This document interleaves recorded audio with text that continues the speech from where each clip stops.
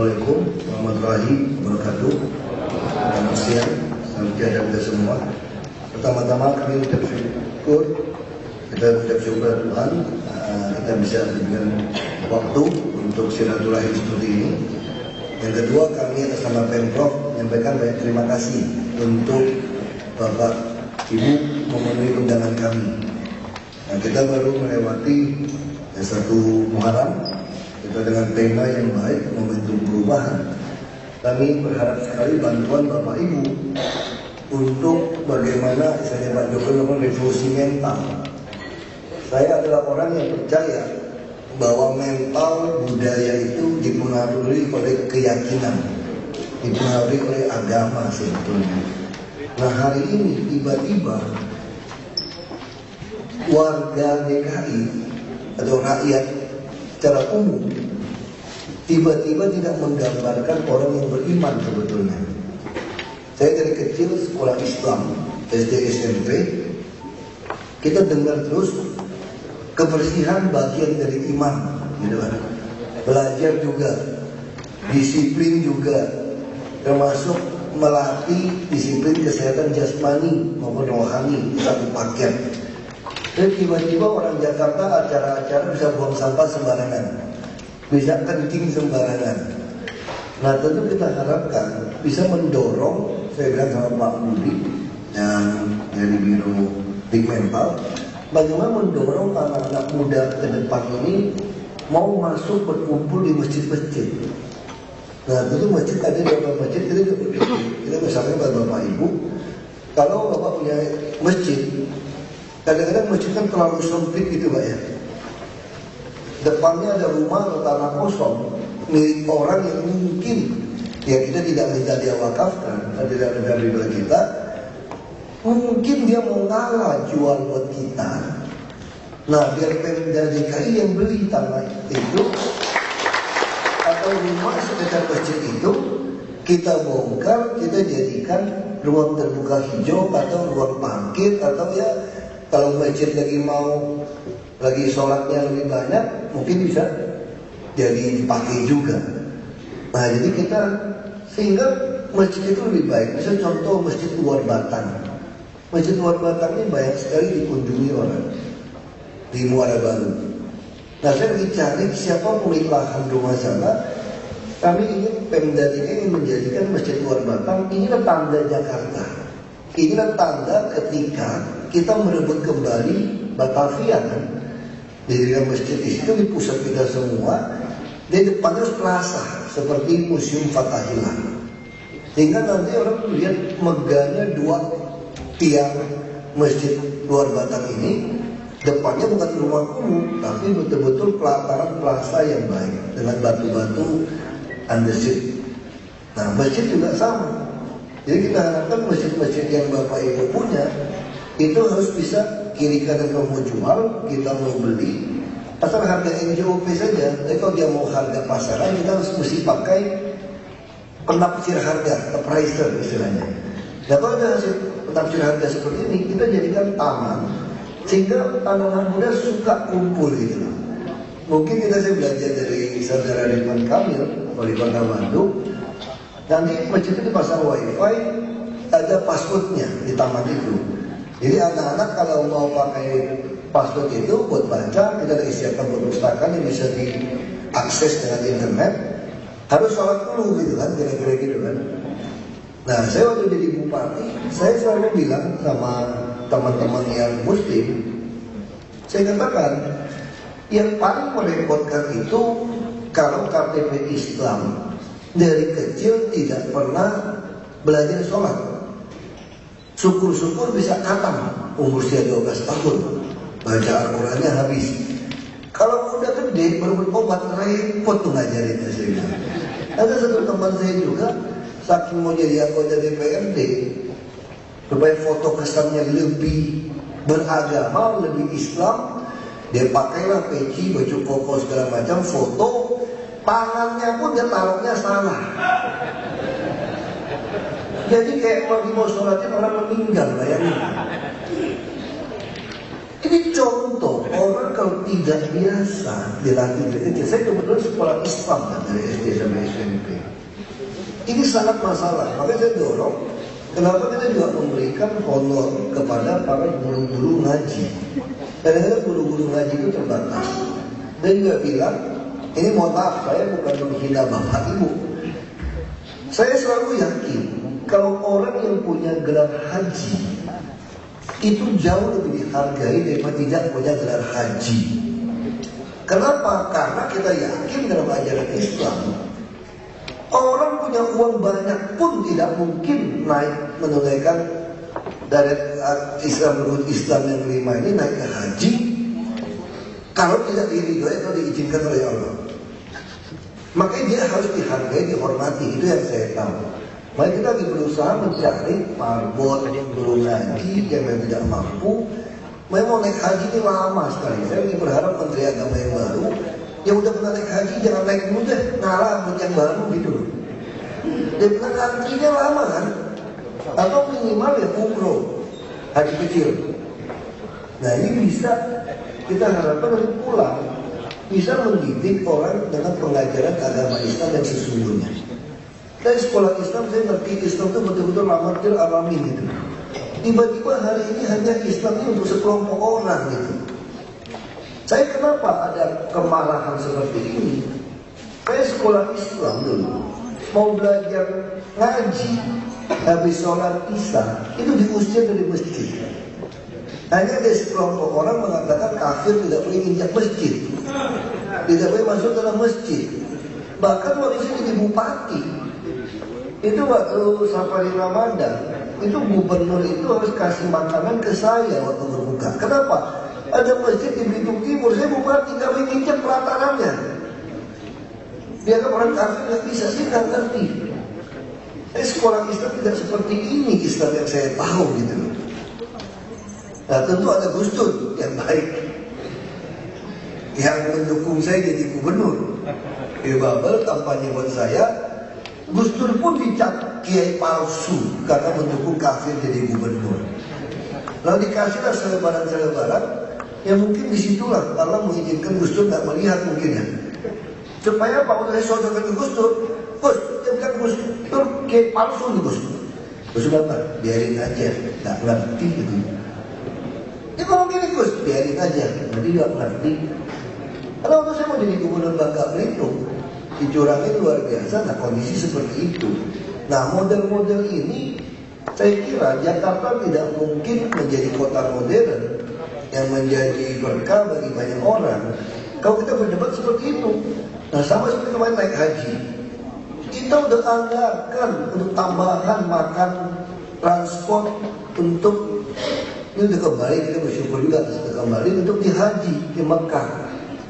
Menteri Agama nggak mau balas surat kami, boleh atau tidak? Karena dari Mendagri mengatakan tidak boleh, harus minta surat rekomendasi dari Menteri Agama. Sampai hari ini surat kami tidak dibalas.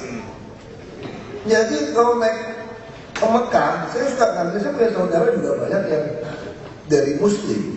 Karena baru meninggal, ibu angkat saya juga Muslim. Kalau naik haji, mereka kadang-kadang saya suka gini loh, kita mesti protes. Jadi kita selalu diajari, kasih pengarahan. Apapun kondisi di sana, jangan mengeluh ya kalau naik haji, kira-kira gitu. Film duit kita pun nggak boleh mengeluh, saya bilang gitu, kira-kira gitu. Dapatin fasilitas yang jelek pun nggak boleh mengeluh. Jadi saya bilang ini mungkin mesti diubah ajaran kayak gini. Kalau jelek laporin sama saya bilang. Kurang ajar waktu itu saya katakan. Nah yang di Jakarta kemarin apa yang dilakukan? Di sana tugasnya rata-rata jelek-jelekin gosip. Ini gara-gara gubernur kafir maka nggak dapat makanan kayak tahun-tahun sebelumnya. Itu yang disebabkan.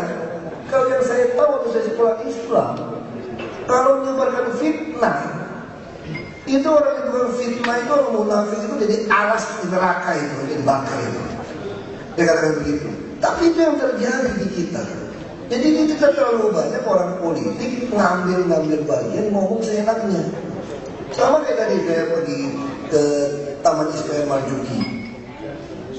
Ahok suruh robohin masjid.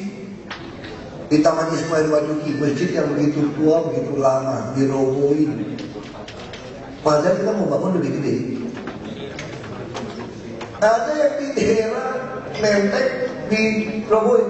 Itu pemiliknya yang kerja sama hotel, mana saya tahu. Saya lagi kena. Tapi itu dikumpulin. Ada juga kita mau bangun rumah susun.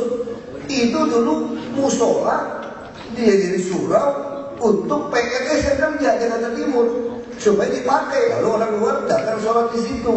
Kita mau bangun rumah susun, mau diubah, disebut juga. Kemarin bukan nyerang saya, nyerangnya Pak Jokowi, Herbertus Joko Widodo. Joko Widodo ini adalah turunan Cina plus Katolik. Udah Pak Jokowi jadi presiden, saya lagi dipakai lagu yang lama. Kalau yang fair juga yang roboh bukan saya dong, Pak Jokowi dong, nama saya gitu. Tapi ini model-model ini bagian dari politik. Saya sudah kenyang. Kenapa saya tenang-tenang saja seperti ini? Karena saya sudah kenyang hadapi kayak begitu di Belitung Timur. Di Belitung Timur itu 93% Muslim. Nah kita bisa bayangkan secara politik, DPRD dikuasai 55% oleh fraksi Bulan Bintang. Jadi namanya surat Al-Maidah 51. Wah, aku udah kenyang tuh di brosurnya surat Al-Maidah 51 itu. Jangan jadikan kaum Nasrani yang udah jadi pemimpinmu. Kalau jadikan itu kamu jadi kafir, kafir masuk neraka. Udah kenyang saya lihat itu. Tapi saya diajarin juga dari Ustaz, gampang kerjainnya. Gimana kerjainnya Ustaz? Kasih tahu. Itu brosur-brosur dibagi-bagi jatuh ke pasar tuh. Para suci diinjek-injek itu. Ya memang ada aliran nggak masalah, tapi ada di tempat saya itu masalah. Diinjek-injek. Wah takut nih pokoknya rasain loh bagi-bagi sembarangan, dilempar-lemparin orang. Nah saya sudah sangat kenyang. Makanya bapak saya selalu bilang, kalau mau bantu bangun masjid, bantu bangun fondasi. Kenapa pak saya bilang? Kalau masjid itu rusak, mau direnovasi atau diperluas, fondasimu, batumu tetap dihitung. Selama dipakai pahalanya masuk terus. Ini bapak saya ngajarin begitu. Kalau sek rusak, cat bisa ganti katanya. Tapi kalau fondasi nggak ganti-ganti. Jadi kalau dengar orang mau bangun masjid, cepet-cepet kamu harus bantu kalau mulai bangun masjid. Tapi kalau jadi bupati masalah juga. RDII, benar sih teman RDII mau bangun masjid, ada kelompok Islam lain nggak setuju. Nah itu maksud saya, kenapa kalau kita bicara Nabi pun, karena waktu saya sekolah Islam saya lupa ya, ada 72 atau berapa perbedaannya. Nanti diselesaikan di akhirat. Nabi akan meluruskan perbedaan mazhab-mazhab ini. Nah kalau kita mempersoalkan ini terus, berantem kita. Sesama Islam saja bisa saling membunuh. Apalagi yang bukan, kalau kita tidak memiliki ajaran yang murni. Nah sama balik ke STQ. Tahun depan kita mau STQ di Papua. Saya bilang sama Pak Budi juga, saya tidak mau lagi ya banyak-banyak orang dari provinsi lain. Asal tenang, kasih STQ hadirnya gede supaya dari provinsi lain mau pindah ke DKI. Itu namanya penipuan. Yang saya mau apa? Tolong di tiap kecamatan, hampir seluruh pelosok ada masjid. Dicari mana anak-anak yang berbakat untuk ikut STQ ini. Kalau dia belum cakap, ya dilatih. Sudah dia baca tadi surat tadi ya. Ini luar biasa lah, kita harus latih. Jadi tiap kecamatan harus ada pusat-pusat pelatihan seperti ini. Sehingga kita akan menghasilkan orang Jakarta yang betul-betul bukan cuma menang di STQ, MTQ, tapi betul-betul memahami dengan betul. Nah ini akan membuat perubahan. Saya sangat yakin orang tidak mungkin mengenal dirinya sendiri kalau tidak membaca kitab suci. Orang tidak mungkin mengenal Allah pencipta langit dan bumi dan manusia kalau dia tidak membaca kitab suci. Dan dia kalau tidak diajarin sholat, diajarin sembahyang yang benar, dia tidak tahu bagaimana berhubungan intim, ngomong, berkorelasi, berkoneksivitas dengan Sang Pencipta. Jadi yang perlu diajarkan hari ini tentu bagi kita semua, kita tahu semua, mimbar harus mengajarkan siapa manusia, siapa Allah, bagaimana hubungan pribadi dengan dia. Tapi kalau hari ini masjid kita, mimbar kita dipakai buat politik, apalagi cuma ngata-ngatain PRT gubernur kafir, saya kira tidak sesuai ajaran Islam. Menurut saya seperti itu. Makanya teman Bapak Ibu saya sampaikan apa pikiran saya. Kalau teman-teman Islam saya, mereka bilang saya lebih Islam daripada sebagian orang Islam yang ngaku-ngaku Islam kok sebetulnya. Kita lakukan untuk manfaat orang banyak. Kita tidak mencuri, kita bekerja keras, disiplin. Itu bagian dari ajaran Islam yang saya tahu dari SMP. Soal saya nggak mendapat hidayah, ya jangan nyalain saya. Kamu tolip saja paman yang Nabi Muhammad, yang belain Nabi Muhammad, yang kasih tahu Nabi Muhammad itu wahyu Tuhan itu Abu Thalib saya kasih tahu. Nabi Muhammad lu dagang nggak ngerti gitu bakal dikasih wahyu, dia nggak ngerti mana suara Tuhan. Dia kasih tahu kan pamannya. Kalau saya nggak lupa ya, ini pelajaran SMP, udah lupa ingat. Bahkan waktu mau mati pun, mau meninggal, Nabi minta ucapin asyhadu an la ilaha illallah gitu kan, ucapin dua kalimat syahadat gitu. Tetap enggak. Pokoknya enggak gitu. Nangis juga tetap, makanya turunlah wahyu mengatakan hidayah adalah milikku, bukan milik. Itu saya ingat. Lalu bagaimana orang marah sama saya nggak dapat hidayah gitu, aneh gitu. Marahnya sama Allah, kenapa nggak kasih Ahok hidayah? Itu logikanya itu saya gitu. Lalu bagaimana Anda melarang saya mendengarkan tausiah masuk ke masjid-masjid?